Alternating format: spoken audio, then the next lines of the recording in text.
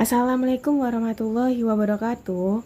Perkenalkan, nama saya Firda Bella Karisa dan teman saya Putri Puji Lestari yang akan menerangkan tentang 5 kasus korupsi besar di Indonesia. Pertama-tama saya akan menjelaskan beberapa data tentang korupsi atau beberapa pengetahuan tentang korupsi di tahun 2021-2022 ini. Jadi ada data yang saya baca dari artikel itu, data korupsi, kasus korupsi di Indonesia tuh pada tahun 2021 berdasarkan indeks persepsi korupsi 2021 tuh Indonesia berada di peringkat 96 dari 180 negara. Sementara itu berdasarkan survei dari Badan Pusat Statistik atau BPS di tahun 2021, indeks perilaku anti korupsi berada di kisaran 3,88%. Kemudian saya akan menjelaskan tentang beberapa tingkatan korupsi. Jadi di Indonesia sendiri tuh terbagi beberapa tingkat, kurang lebih 5 ya. Yang pertama itu ada korupsi kelas gurem. Apa sih korupsi kelas gurem itu? Nah, korupsi gurem itu adalah korupsi yang dilakukan nilainya kurang dari 10 juta. Ya, masih tingkat kecil lah kalau untuk korupsi gitu kan. Walaupun nilai uangnya di mata masyarakat kecil tuh sangat besar, namun bagi orang-orang koruptor atau koruptor di luar sana 10 juta tuh nilainya kecil, makanya diberi nama korupsi gurem. Kemudian nomor 2 tuh korupsi kecil. Ini tingkatnya lebih di atas gurem ya, maksudnya lebih satu tingkat dari gurem. Korupsi kecil itu adalah hasil korupsi yang nilainya 10 juta sampai kurang dari 100 juta. Jadi 100 juta ke bawah tuh masih dinilai korupsi kecil gitu. Nah, lihat kita bandingkan gitu ya. 100 juta ke bawah aja itu korupsi kecil, korupsi besarnya seberapa gitu kan. Kemudian nomor 3 ada korupsi sedang.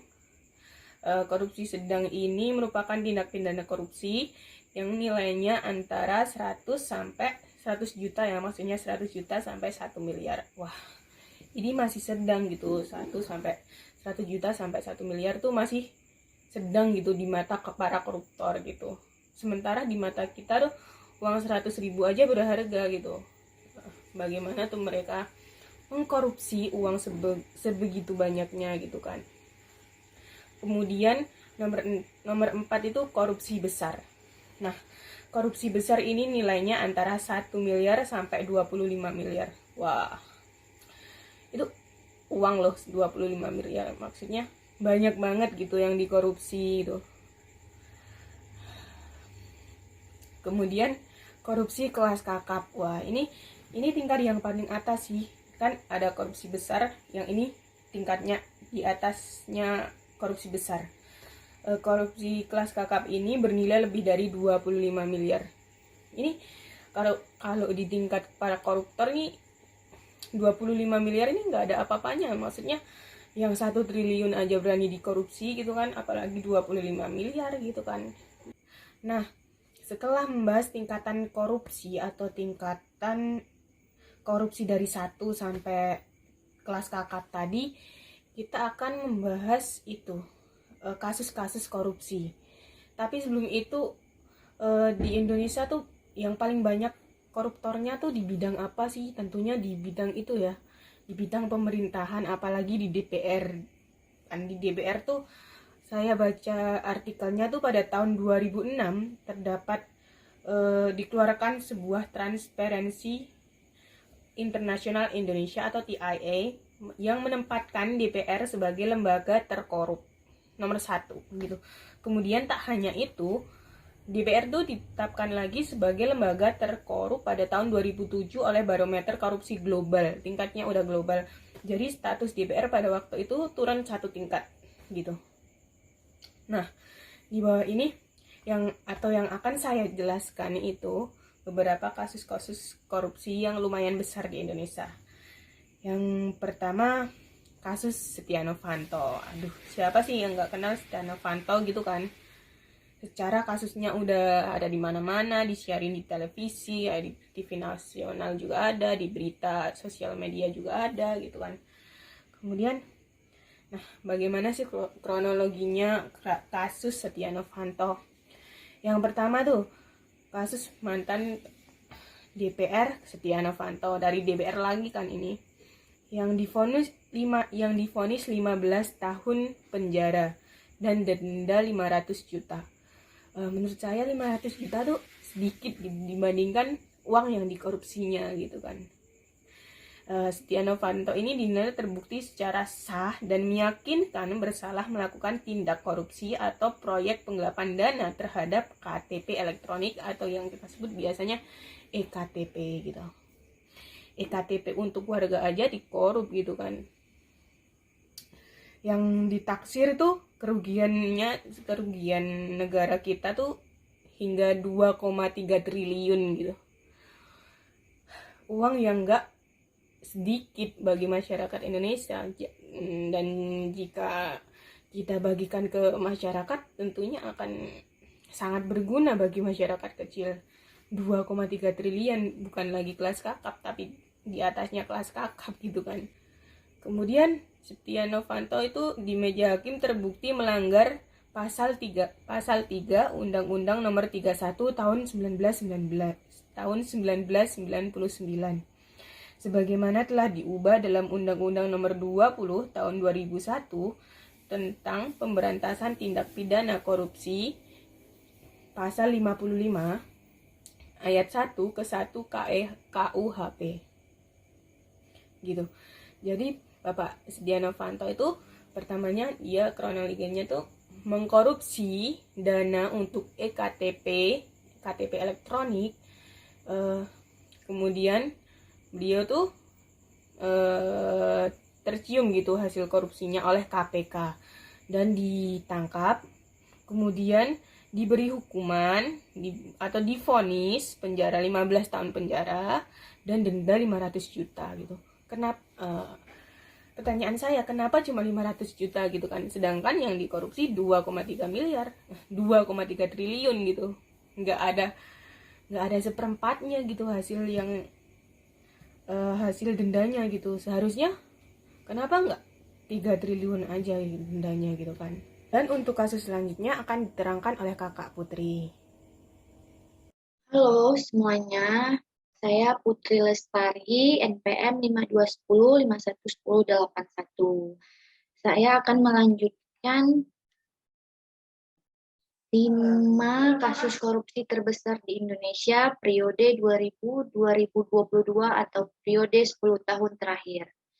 Selanjutnya kasus Asabri. Ini kronologi korupsi Asabri yang merugikan negara sebesar 23,7 triliun. Lalu bagaimana kronologi terjadinya kasus korupsi?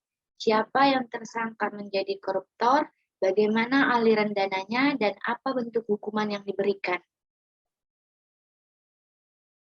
Kejaksaan Agung menyatakan perhitungan sementara kerugian negara pada kasus korupsi PT Asabri atau Persero tembus sebesar 23,7 triliun.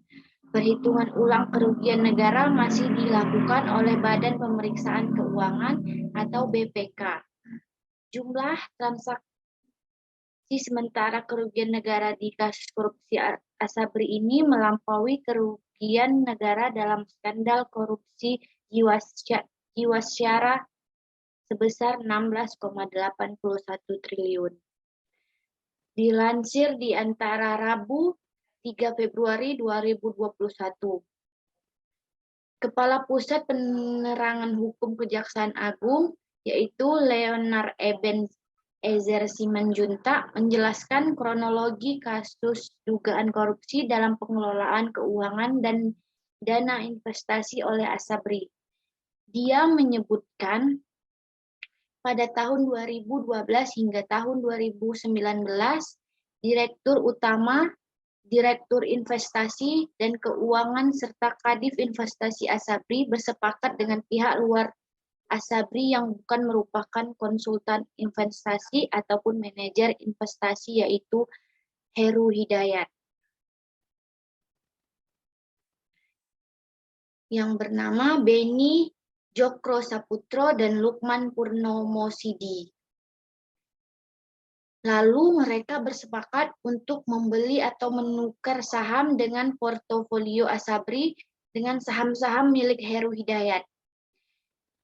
Pak Beni dan Lukman dengan harga yang telah dimanipulasi menjadi tinggi dengan tujuan kinerja portofolio Asabri terlihat oleh baik-baik saja.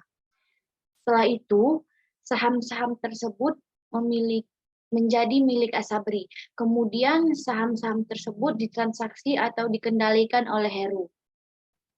Beni dan Lukman berdasarkan kesepakatan bersama dengan Direktur Asabri. Dengan transaksi itu, sehingga seolah-olah saham tersebut bernilai tinggi dan liquid. Pada transaksi-transaksi yang dilakukan hanya transaksi semu dan menguntungkan Heru. Beni dan Lukman serta merugikan investasi Asabri. Ini karena Asabri menjual saham-saham dalam portofolionya dengan harga di bawah oleh perusahaan saham-saham tersebut. Begitulah. Jadi untuk menghindari kerugian investasi Asabri, maka saham-saham yang telah dijual di bawah harga perolehan dibeli kembali dengan nomine Heru, Beni, dan Lukman, serta dibeli oleh Asabri melalui underlying reksadana yang dikelola oleh manajer investasi yang dikendalikan oleh Heru dan Beni. Lalu seluruh kegiatan investasi Asabri pada tahun 2012 sampai 2019 tidak dikendalikan oleh Asabri, namun seluruhnya dikendalikan oleh Heru, Beni, dan Lukman.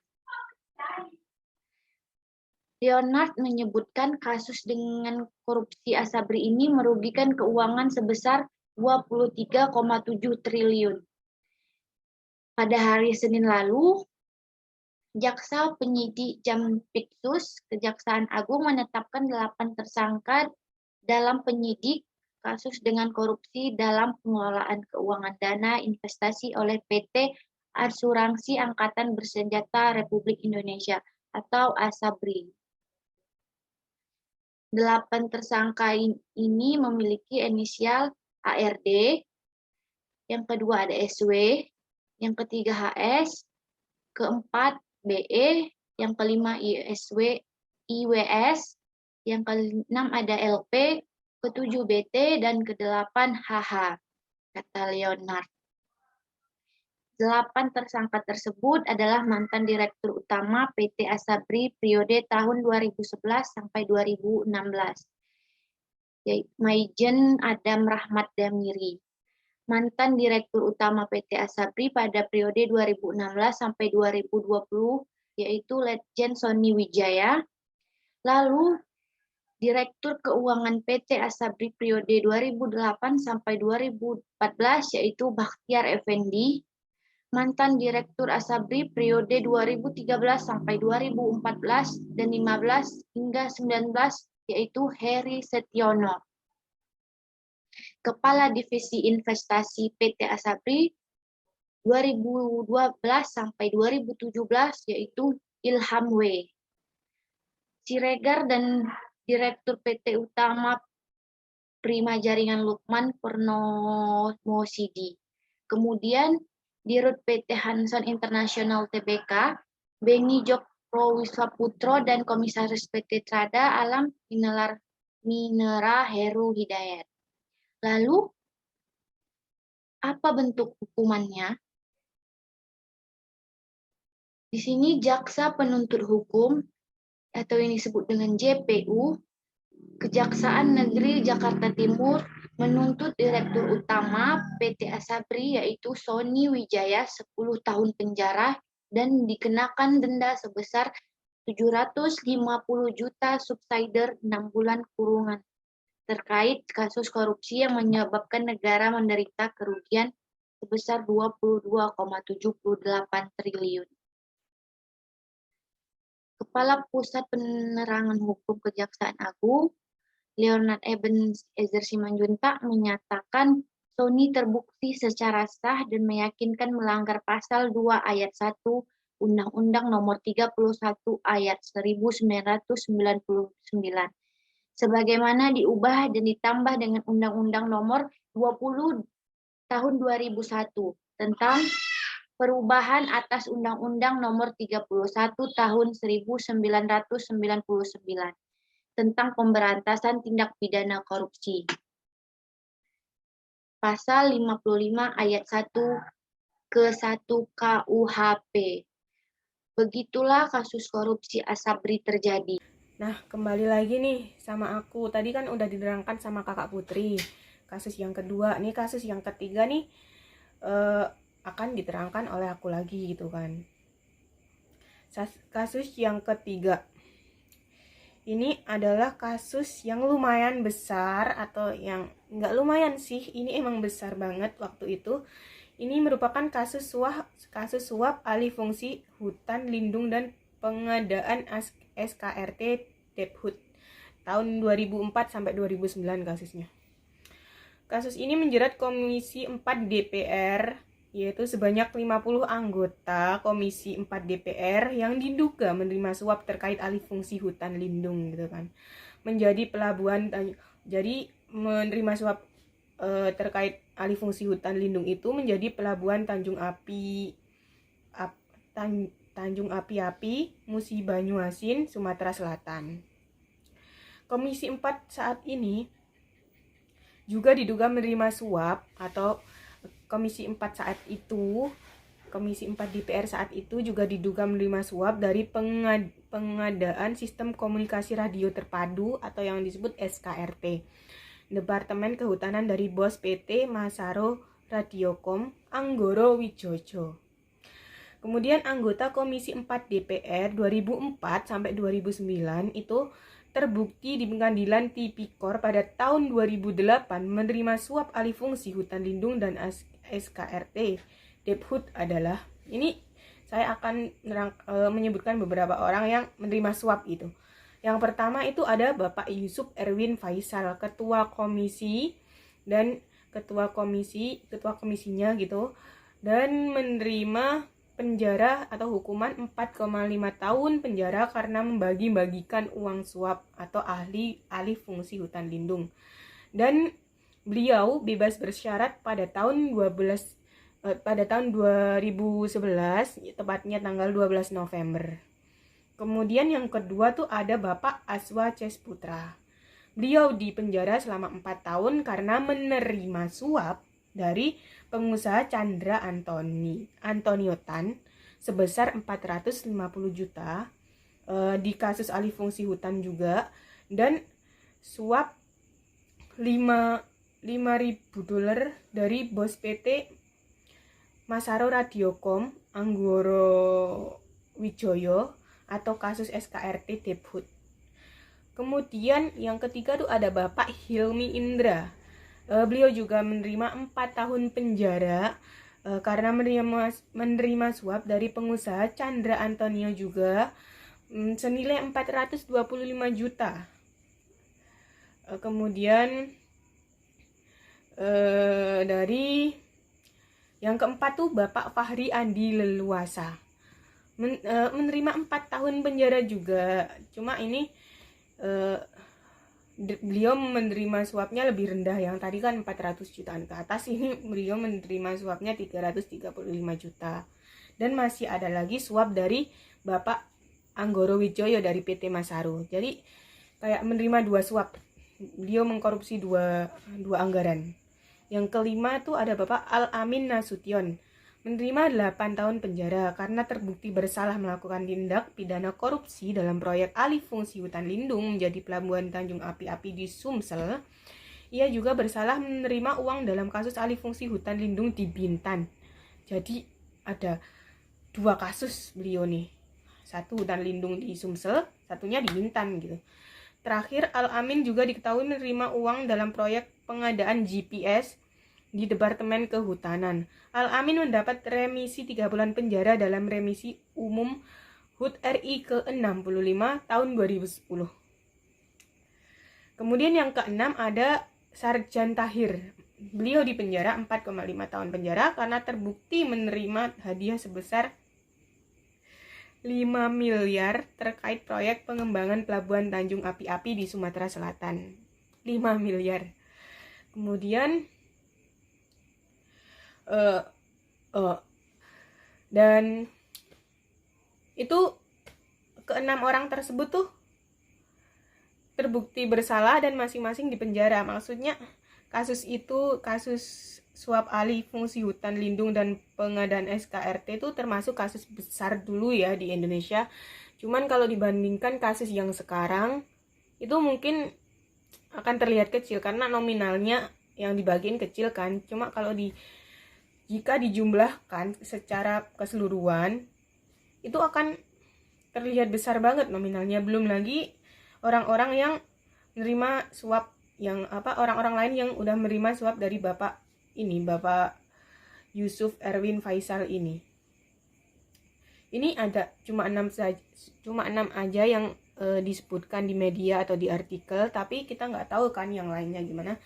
Jadi ini udah dinobatkan juga jadi kasus terbesar gitu di Indonesia. Dan penjelasan selanjutnya akan dijelaskan oleh Mbak Putri lagi. Selanjutnya ada kasus korupsi Hambalang. Bagaimana kronologi terjadinya kasus korupsi Hambalang? Siapa tersangka menjadi koruptor? Bagaimana aliran dananya? Dan apa bentuk hukuman yang diberikan?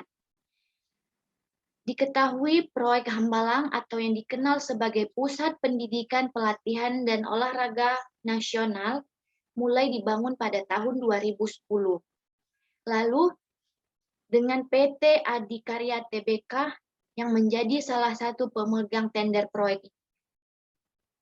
Proyek ini dirancang pada masa pemerintahan Presiden Susilo Bambang Yudhoyono yang menyedot anggaran sebesar 2,5 triliun.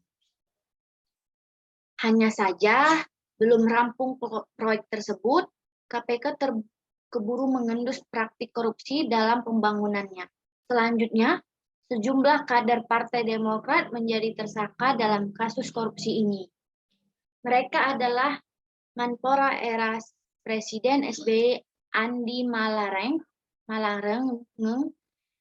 Direktur Operasional PT Adikarya Tbk yaitu Teuku Bagus Muhammad Nur, hingga Ketua Umum Partai Demokrat yaitu Abbas Urbaningrum.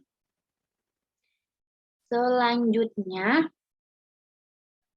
adapun kerugian negara akibat proyek Hambalang ini mencapai 706 miliar dan hingga saat ini bangunan yang ada di area proyek tersebut mangkrak tak dipergunakan untuk apapun. Oh my God. Proyek pembangunan kompleks olahraga terpadu Hambalang di Kecamatan Citeruk, Kabupaten Bogor, Jawa Barat pada hari Rabu 30 Mei 2012. Proyek ini senilai 1,175 triliun tersebut menghadapi beberapa persoalan, antara lain amblesnya tanah di area Powerhouse 3 dan fondasi lapangan bulu tangkis seluas 1.000 meter persegi periode Desember 2011. Selain itu, proyek ini kini tengah didalami oleh Komisi Pemberantas Korupsi perihal dugaan suap oleh anggota DPR. Pasalnya, sejumlah kader Partai Berlambang Mersi itu terpaksa berurusan dengan Komisi Pemberantas Korupsi karena terlibat kasus tersebut. Berikut rinciannya. Ada beberapa nama yang terlibat dalam kasus korupsi Hambalang ini. Yang pertama ada Abbas Urbaningrum. Salah satu yang menarik perhatian publik yaitu adalah ketika mantan Ketua Partai Demokrat Abbas Urbaningrum dinyatakan sebagai tersangka dalam kasus ini. Keterlibatan Pak Anas dalam kasus tersebut tidak terlepas dari pernyataan mantan bendahara Demokrat, yaitu M. Nazarudin pada tahun 2011. Saat itu, Bapak Nazarudin tengah melarikan diri ke luar negeri usai ditetapkan sebagai tersangka dalam kasus korupsi proyek Wisma Atlet Seas Games di Jakabaring, Palembang Selatan 2000, Palembang di Selatan di Sumatera Selatan. Setelah itu, Komisi Antitrust memulai menyelidiki informasi tersebut dan menetapkan Anas sebagai tersangka pada kurun Februari 2013. Pada akhir September 2014, Anas pun dinyatakan terbukti menerima gravitasi sebesar 2,21 miliar dari PT Adikarya terkait dengan proyek Hambalang. Selain itu, Anas terbukti menerima gravitasi sebesar 25,3 miliar dan atau 36,70 dolar Amerika dari grup permai yang dimiliki oleh Nazarudin dan 30 miliar dan 50,2 juta dolar Amerika dari Nazarudin. Anas juga terbukti menerima hadiah berupa Toyota Harrier seharga 670 juta serta gratifikasi lainnya senilai ratusan juta rupiah. Menurut hakim pengadilan tingkat pertama, gravitasi yang diterima dari grup permai dan Nazarudin itu digunakan untuk pencalonannya sebagai ketua Partai Demokrat. Penggunaan uang untuk pencalonan itu dinyatakan tidak terbukti oleh majelis hakim pada tingkat peninjauan kembali atau PK. Mahkamah Agung menyunat vonis Anas menjadi 8 tahun penjara setelah sebelumnya divonis 14 tahun penjara. Selanjutnya nama yang terlibat ada Andi Malarangeng selain Anas. Kader Demokrat lainnya yang terseret dalam kasus ini adalah mantan Menteri Pemuda dan Olahraga, yaitu Andi Malarangeng dan mantan anggota DPR Angelina Sondak. Pada Juli 2014, Andi dihukum 4 tahun penjara dan didenda 200 juta subsidiar 2 bulan penjara karena dinilai terbukti memperkaya diri sebesar 2 miliar dan 550 dolar Amerika. Andi pun telah terbebas dari lapas Sukamiskin pada Jumat 21 April 2017 dan kini kembali bergabung di Partai Demokrat sebagai Sekretaris Majelis Tinggi Partai Demokrat. Yang ketiga ada Angelina Sondak.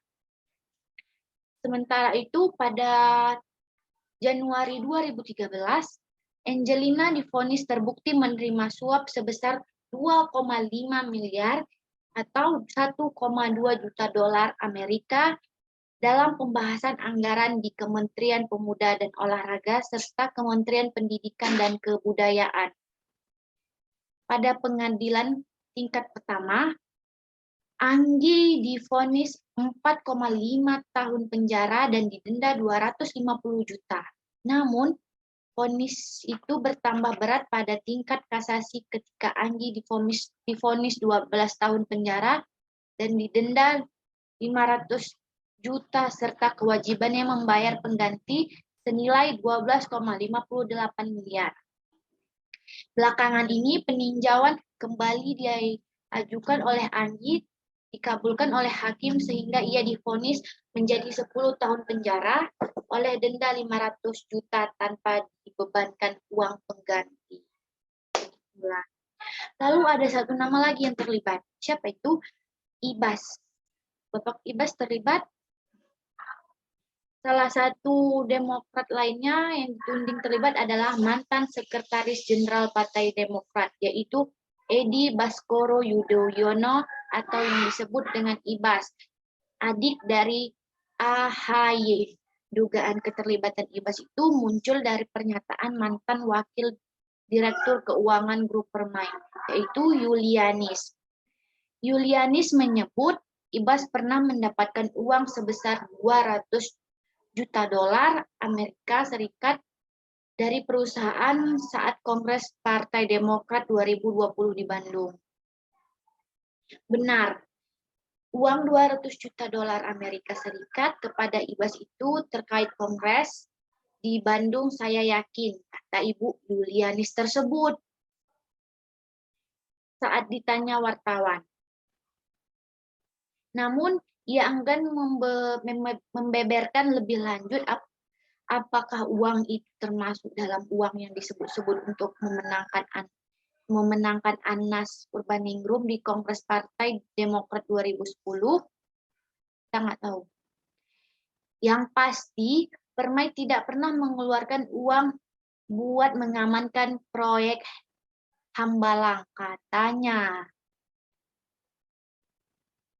Anas juga, seandainya saya SBY, saya antar Ibas ke KPK. Selain itu, Ibas juga disebut-sebut mendapatkan uang sebesar $900 Amerika dan 4 tahap dari PT Anugrah Nusantara, perusahaan milik Nazarudin.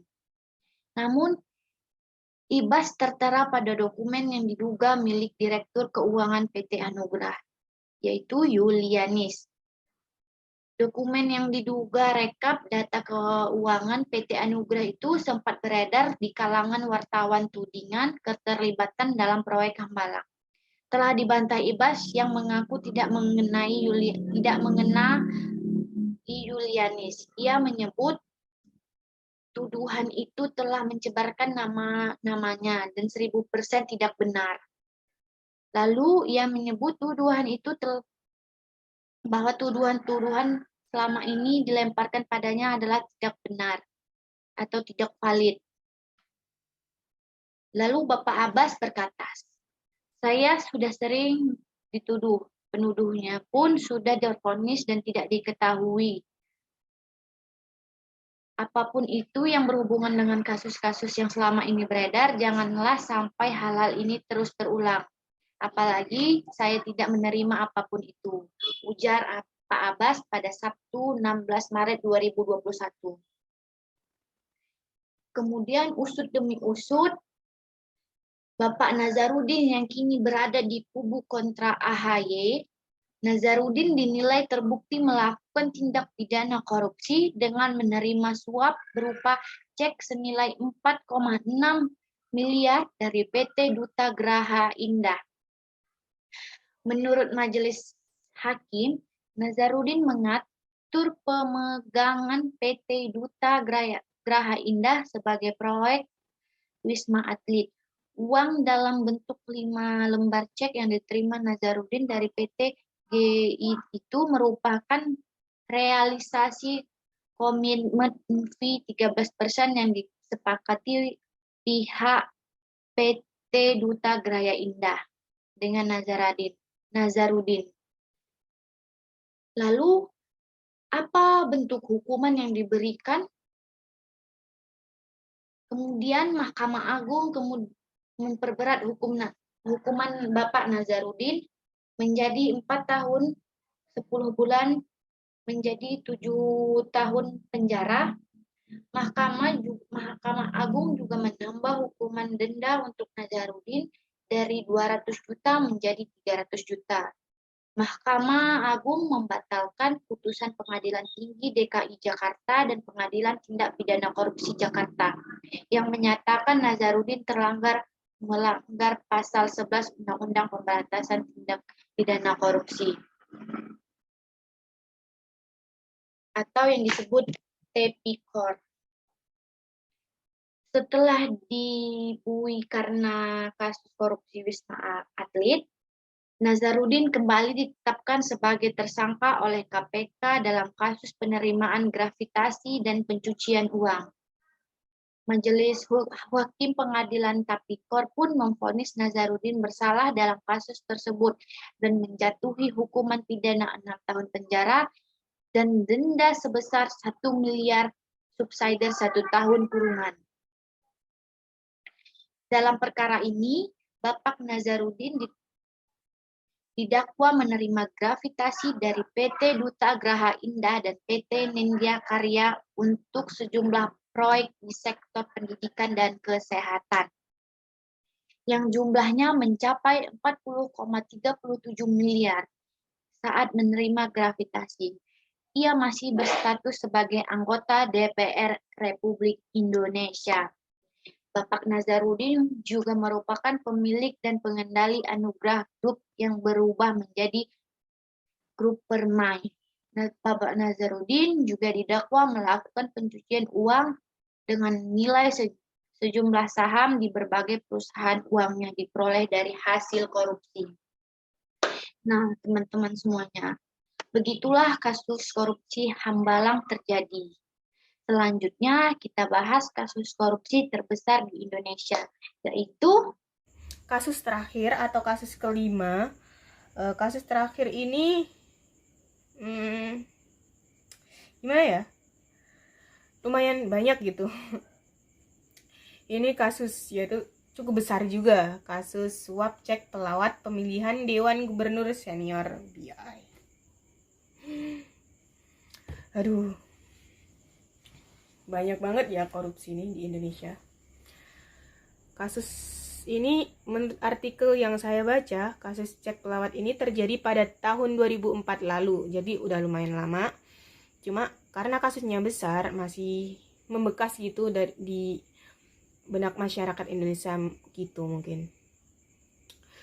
Jadi terungkap karena nyanyian mantan anggota Komisi 9 dari PDIP, Agus Condro, pada 2008 ke KPK. Jadi ini bapaknya bunuh diri nih. Kayak mengadu sendiri ke KPK nih ceritanya kayaknya. Kemudian ke sekitar puluhan anggota DPR periode 1999 sampai 2004 menerima suap cek pelawat yang diberikan oleh Nunun Nurbaiti. Suap itu pun terkait dengan pemenangan Miranda Gultom sebagai Deputi Gubernur Senior Bank Indonesia.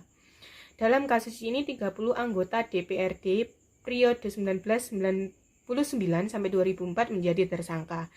Jadi nggak heran ya kalau tadi sempat seperti yang saya bicarakan bahwa DPRD itu menempati peringkat 1 tindak pidana korupsi gitu. Nggak salah kalau mereka tingkatnya sekarang turun gitu. Nggak salah juga masuk peringkat 1 kelas global gitu kan. Anggotanya aja suka korupsi gitu. Dilihat dari catatan korupsinya paling banyak tuh ya DPR gitu. Kemudian berikut daftar penerima cek pelawat yang namanya terungkap di pengadilan tipikor. Beberapa di antaranya telah divonis gitu ya. Ada dari partai Golkar nih, dari faksi Golkar ada sekitar 12 orang.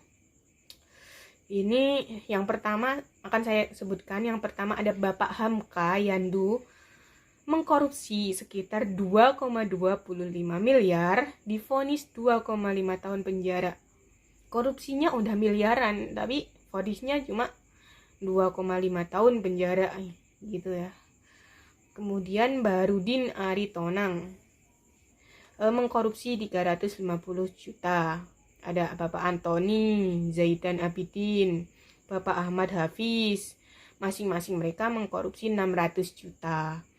Kemudian Bobi Suherdiman itu 500 juta. Ini menjadi tersangka ya Bapak yang nomor 2, 3, 4 ini. Bapak Barudin Antoni Ahmad Bobi ini beliau menjadi tersangka. Beda lagi Bapak Hamka itu udah mendapat vonis gitu ya. Kemudian yang nomor 6 tuh ada Bapak Paskah Suzeta mengkorupsi 600 juta. Ini juga tersangka. Ada Bapak Hengki Baramuli, Reza Kamarullah, masing-masing 500 juta dan beliau juga tersangka. Kemudian ada Asep Rohimat 150 juta. Kemudian Bapak Azhar Muklis sama TM Nurlif masing-masing itu 500 juta. Kemudian Martin Bia Seran 250 juta. Itu tersangka. Semuanya tersangka kecuali yang nomor 1 Hamka Yandu itu udah dipenjara, udah divonis selama 2,5 tahun penjara karena beliau mengkorupsi 2,20 miliar. Kemudian dari PDIP, dari PDIP nih banyak. PDIP ada Dudi Makmun Murad 500 juta, divonis pidana penjara 2 tahun. Ada Willem Tutarima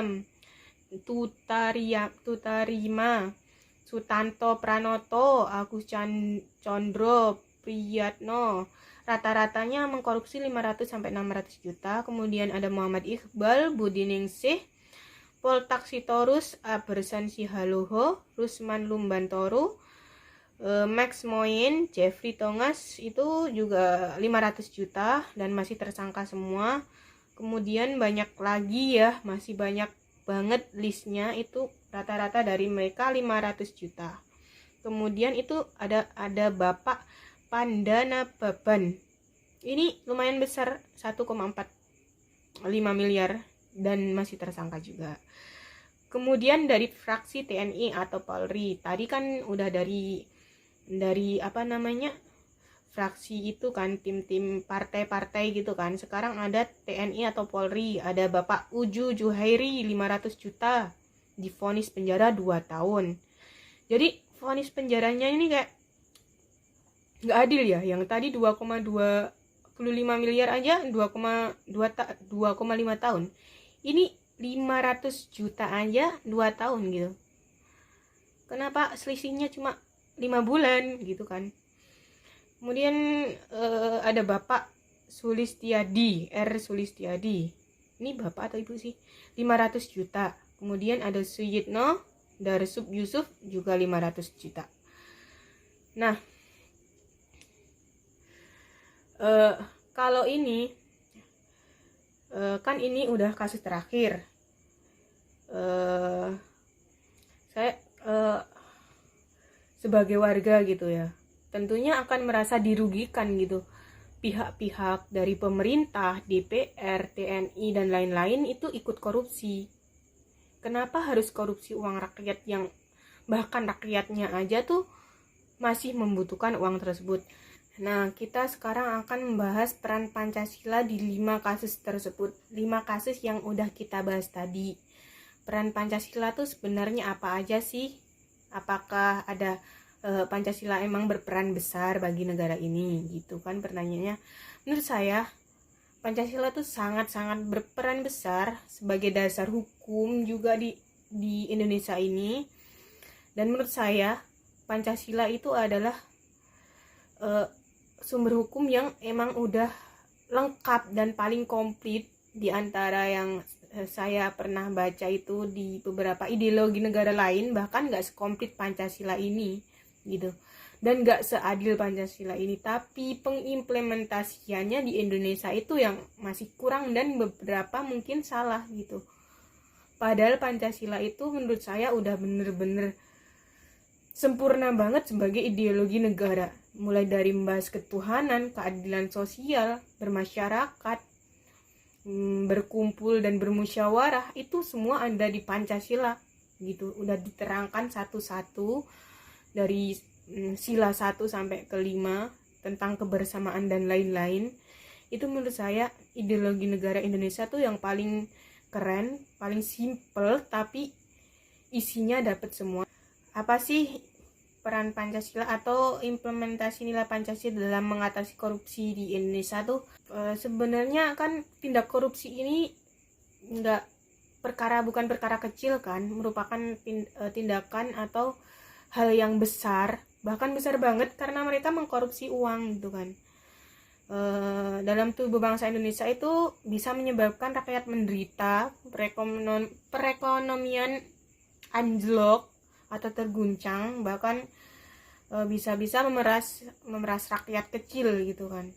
Udah dilihat dari yang sila pertama kan, ketuhanan yang Maha Esa gitu kan. Berarti mereka tidak takut sama Tuhan karena mereka berani korupsi. Entah itu beragama Islam, Katolik, Kristen, mereka kan punya Tuhan masing-masing. Berarti mereka tidak takut dengan Tuhan mereka dan mengabaikan perintah Tuhan mereka. Kemudian menurut saya, apa sih untuk mengatasinya, apa saja hal yang harus dilakukan gitu kan.